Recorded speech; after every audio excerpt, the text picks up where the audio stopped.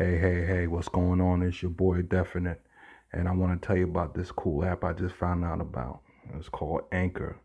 It's a real cool app, man. I think you guys will really feel it. It's easy, it's fun, it's exciting, uh, it's free. That's the best part, and you can make money off it, and you can do it from the comfort of your own home, and it will help you distribute to different platforms where everybody can hear your podcast. So if you ever dreamed about making a podcast, download the app today, Anchor.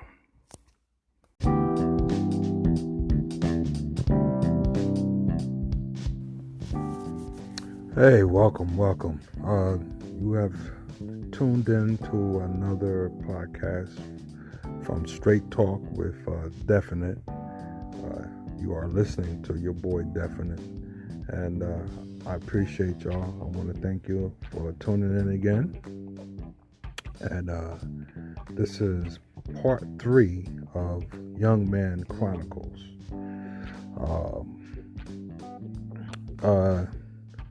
Growing up in a single mother household was rough.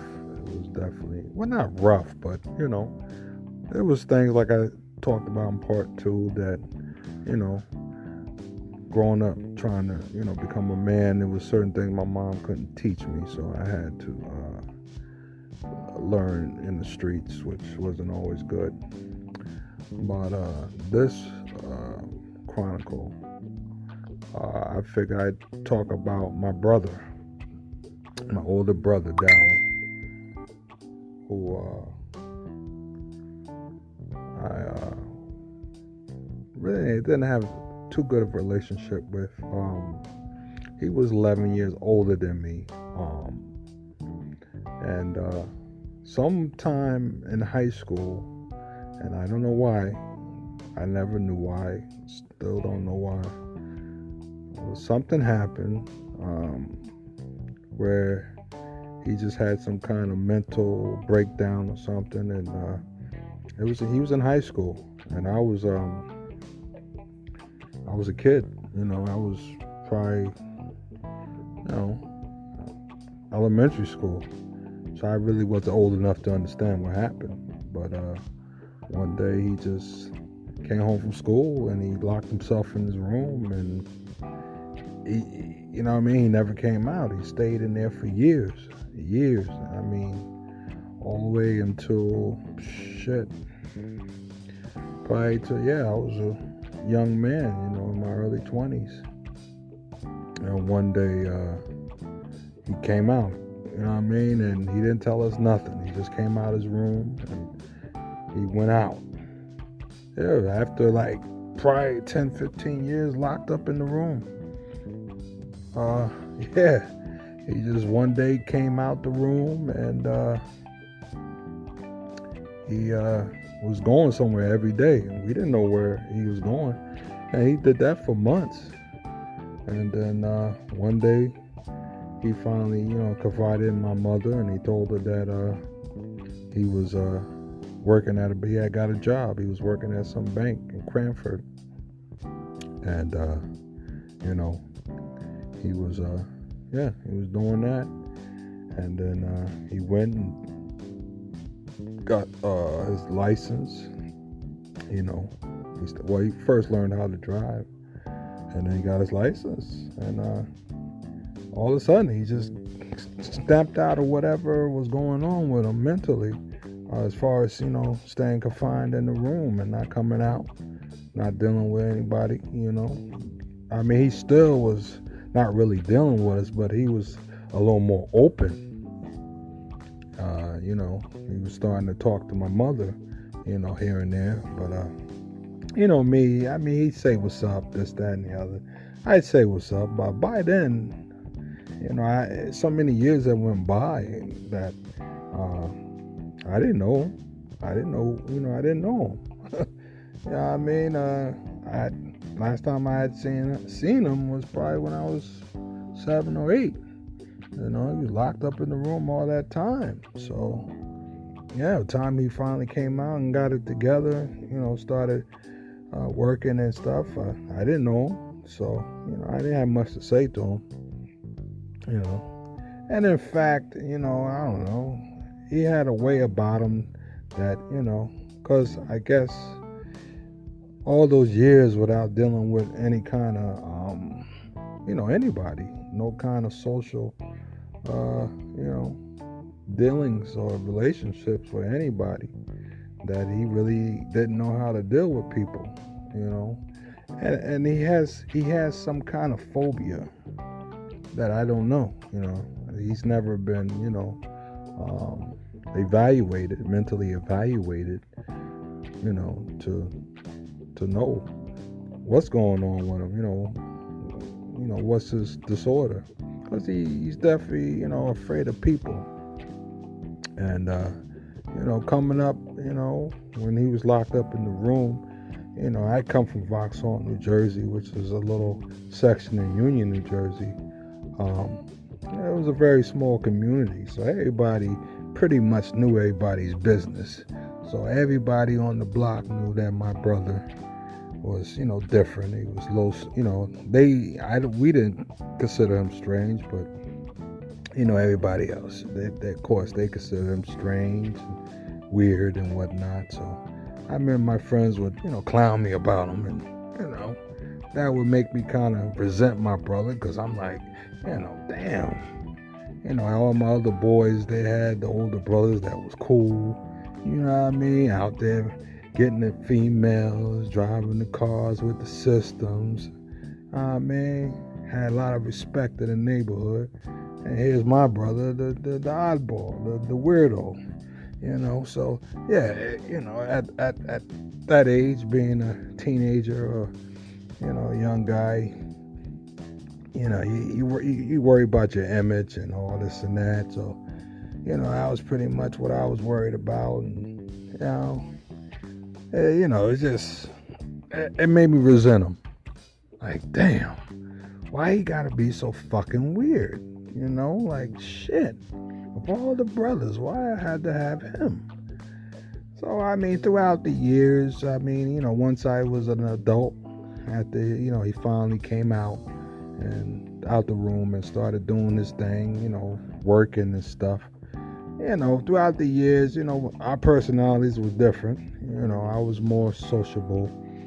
I was working, and then, I was dealing with females, and I had a bunch of boys that we all hung out and went to the bars and clubs together, and strip clubs and all that, being average young men enjoying the weekend, and he would be my brother. He was the opposite, he had no friends, no girlfriends, he had nothing. He had no social life whatsoever. He worked on the week. He worked Monday through Friday at the bank, and then on the weekend he'd be upstairs in his room. Well, he was living in the attic, so he'd be upstairs in the attic all weekend. He'd come down, and then every now and then he'd get in his car. I guess he'd buy whatever he going to eat, bring it back, come back home, bring it back upstairs, and that's it. You might not see him again till the next day. Well, you won't see him again until, probably he going to work, or if he came downstairs to go take a shower or go to the bathroom or something. But really, through that time, I really, I never, I had no kind of relationship with him. None at all. Because, he was going through his things, man. Even though he had straightened himself out financially, he had got it to a point where, he saved up a whole lot of money. He was pretty smart, as far as, definitely better than me when it comes to money. My problem is I like to fucking spend money, you know what I'm saying? But he was really good, and probably still is, good at saving money. So, that was, something that he definitely was good at. But, we just didn't never click. We never clicked.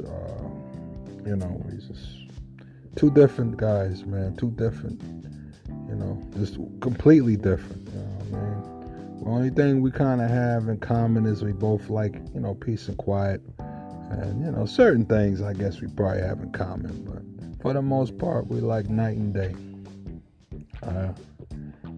So throughout the years,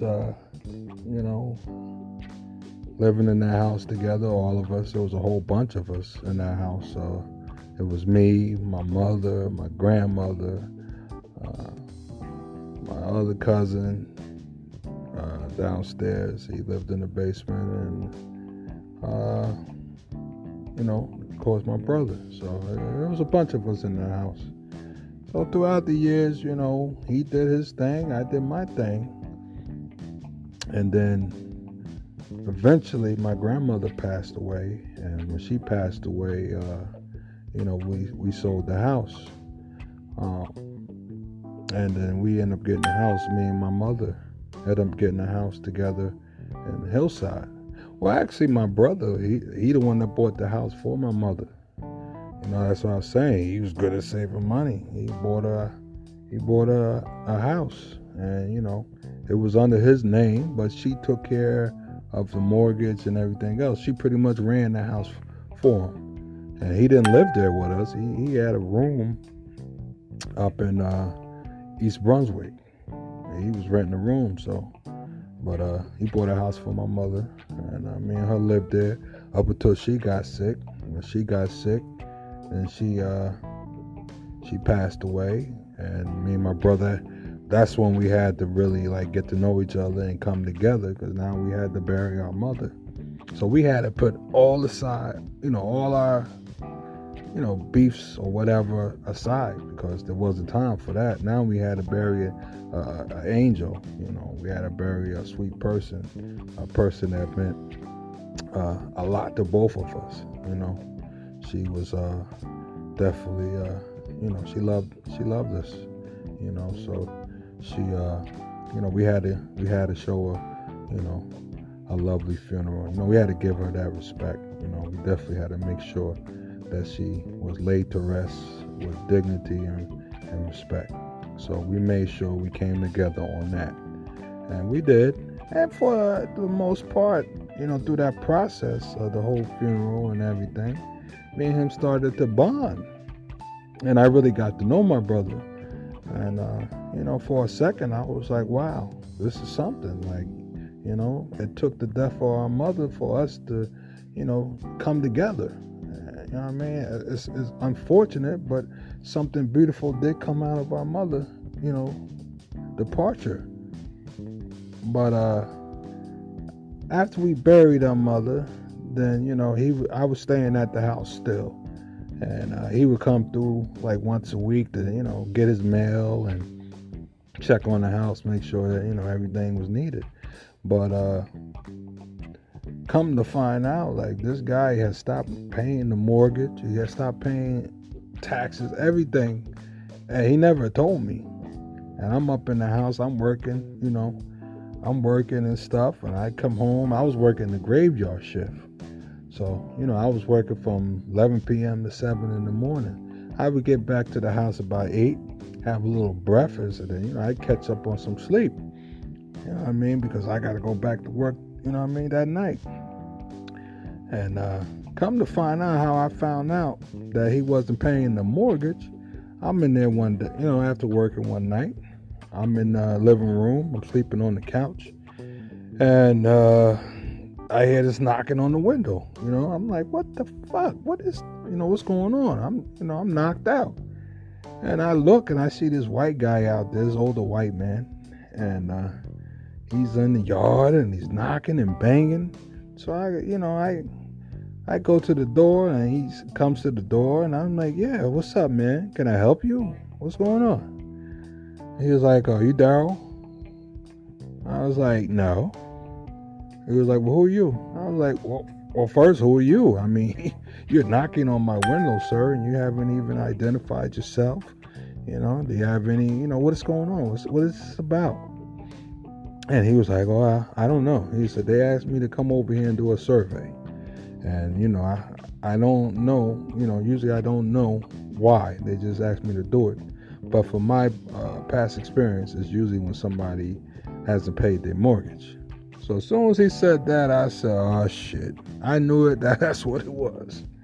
I'm like, oh, fuck this motherfucker, man. So, he asked me all these questions. Do I pay rent there? This, that, the other, blah, blah, blah. He said, all right, well, tell your brother that, you gotta call this number if you want to, try to save the house. Otherwise, the bank's going to take it. I said, all right, man. So, I'm like, oh, shit, I'm worried now. I'm like, oh, fuck. And, I would, every time the guy came over, I would say, yo, man, listen, bro, like, I hear that you haven't been paying the mortgage, man. What's going on, man? Why you ain't say nothing?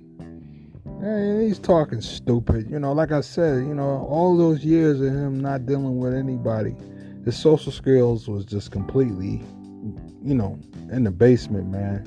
No people skills whatsoever. He's one of those people that, they live inside their head. And, he don't know how to deal with, anybody. He's just antisocial. Okay? So, yeah, he's talking about, when I said that, why you didn't tell me? He's like, why would I have to tell you? I said, fuck you mean, why would you have to tell me? Because I'm living here, you know what I'm saying? Because it's the right thing to do. Common courtesy. I mean, you just leaving me up in here like a sitting fucking duck, man. Because after that, you know how it is once your house is on foreclosure. Your house is on the list. And all the guys that's in the business of trying, to save houses, and they get their commission, whatever. I'm not sure how it works, but of course they get their cut if they help you save the house. So now they coming over, every day, leaving cards and, letters in the mail, trying to help you save the house. I couldn't even sit on the porch. They were just pulling up left and right, every time I'm sitting in the fucking, on the steps smoking a cigarette. Yeah, guy roll up and give me the whole, speech. Yeah, I can help you, man. I can help you save this house, blah, blah, blah, this and that. So I'm like, yo, you just left me up in here like a sitting fucking duck, man. And he didn't want to hear it. He didn't feel like he had to tell me shit. So me and him started getting into it, We started getting into, little beefs, man. Because I'm like, yo, man, listen, bruh, this is my fucking life here, yo. You might not give a fuck, but I do. So you can't just leave me out there hanging like that, this, that, and the other. And to come to find out, he had some resentment toward me, I don't know. Maybe, he felt some kind of way because me and my mother was kind of close, maybe closer than him and her, but it wasn't nothing to do with me. I was just more where, my mother could talk to me. I mean, she could talk to him too, but they had a different relationship because I'm more communicative and he's not, So when she was stressed out, she'd come to me because she know, I'm going to give her to her the right way, and I'm going to, keep her I always kept it 100 with her, and, I always made her feel better. So we had that kind of relationship, and so I guess, maybe he had some resentment toward that, and, choices I made, I didn't always make the best choices. A lot of time losing good jobs over stupid shit, and, I wasn't always 100% nice to my mother, Sometimes I would be disrespectful and all this and that, and, I'm not perfect, so, what I mean? You know how that is, somebody, and when they're not perfect, they sitting there judging everybody else, so, I had to throw some shit up in his face, man, because when I was living with my mother for the first couple of years, I wasn't working. I was out of work. I couldn't find work. So my brother was judging me for that. And he was looking at me for that, like, yeah, you didn't work in 2 years, this, that, and the other. You just lived off of her, this and that. I said, what? Then I had to bring up him. I'm like, well, what about you? what about all those fucking years you sat up in the room not working, locked yourself in the room, you know what I mean, like a fucking hermit? I said, wasn't you living off of her? And you did it way longer than I did. I said, here's the thing that's tripping. That got me tripping. How you not trying to give me the same thing that you got? When you locked yourself in the room, I said, Mom still loved and supported you. She didn't, you know what I mean? Never threw that shit in your face. She gave you all the time you needed to straighten yourself out. I said, when the time happened, you did. Took you maybe 10, 15 years, but one day you came out that room, and you went and started handling your business. And I'm proud of you, bro. I said, I never judged you. I said, I just didn't understand what was going on with you. And I didn't. And I still don't know what was going on with you. But I never judged you for that. I said, so how you going to judge me for being out of work for 2 years, bro? Give me the same thing that you always had. The love and support and the patience that for you to figure it out. So that's all I'm asking for, bro. Why you judging me? And you know how that go. You don't want to hear it, this, that, and the other. And we almost came to blows a couple of times. And then, eventually, I got sick and tired of all the nonsense and drama. And, I ended up meeting a young lady around that time. And, she supported me and stuff. And, we ended up getting a place together in East Orange. And, that was it. After that, I never, I haven't seen or talked to him since. And that was 2006. Yeah. Left in 2006. I haven't talked or seen him since. And, I've done a Google search on him recently. Well, a name search. And traced him to Brooklyn. Which, of all places, I can't picture my brother in Brooklyn. Because, like I said, he's an antisocial person. He's not really into the big crowds. And, Brooklyn is like, you know what I mean? That's nothing but big crowds. So, and there's always something popping off. So I can't picture him out there. But that's what this, I did a name search on him. And Spokio. I use Spokio. He's out there. So, with that being, said and all, as I was on my way, or trying to find my way, my journey to, being a man and trying to be, a man that contributes to society, and just being a reasonable man and, humble man, me and my brother, we were always, on the different side of the coin. Like I said, we were just two different people. In the beginning, when our mother first died, yeah, we kind of bonded. But then, I guess, it was the grief. He was grieving and I was grieving. When our mother was on her deathbed in the hospital, and the hospital called us and they said, if you guys want to come say goodbye, you better come now because she won't be here much longer. And I remember, once I got off the phone, well, my brother, he took the phone call. Once he got off the phone and he told me what was said, and he asked me, was I coming? I was like, nah, man. There's no way I can go up there and watch that sweet lady pass away. No way. So, I remember he was like, all right, I understand. He was like, is there anything you want me to tell her? I said, just tell her I loved her, man. Just tell her I loved her. And he was like, okay. And I remember he got halfway down the stairs, and I just heard him break down crying, man. He cried for a minute, and he just, left. And I remember at that time, I felt more sorry for him than me. Because, my mother was my everything, and she loved and supported me. I was definitely going to miss her.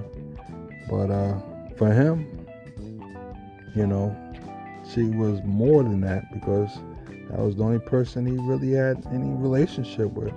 You know, I had friends. I had a bunch of friends and stuff.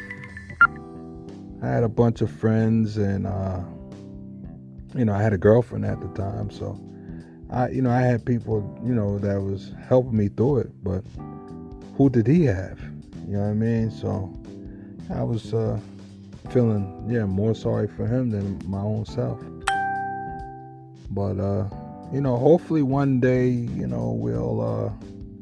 we'll cross paths again, me and my brother. I sure hope so, because I would like to put all that to rest. The whole situation. Like I said, I think we both were just grieving, and we didn't know how to deal with the grief, so we just end up taking it out on each other. And I think now we both was to sit down. It's been so many years ago. I think we would, I think we'd be all right. So, hopefully one day, I'll run into him, man, and I get to tell him I love him, man, and, this is not worth it. Let's, just work on our relationship, man. But I'm going to wrap this up, and I appreciate it. I thank everybody for listening. This is Straight Talk with your man, Definite. And this was Young Man Chronicles 3. You know what I mean? So I hope y'all enjoyed this podcast. And please like and share this. And I thank y'all for your support, man. Just keep supporting me. I got a page on YouTube I'm trying to start up. I just got one video podcast on there so far. So, I'm going to try to pump some more of those out probably this weekend. So look for that. I'm going to try to get my homegirls, one of them at least, to do a video podcast with me. Got to figure it all out, but, you know what I mean? Bear with us. And that's it. I appreciate it. I do. Thank y'all. Also, support the Facebook page, Straight Talk with Definite. And that's it. I hope y'all enjoy your day, and you'll be hearing from me real soon. Peace.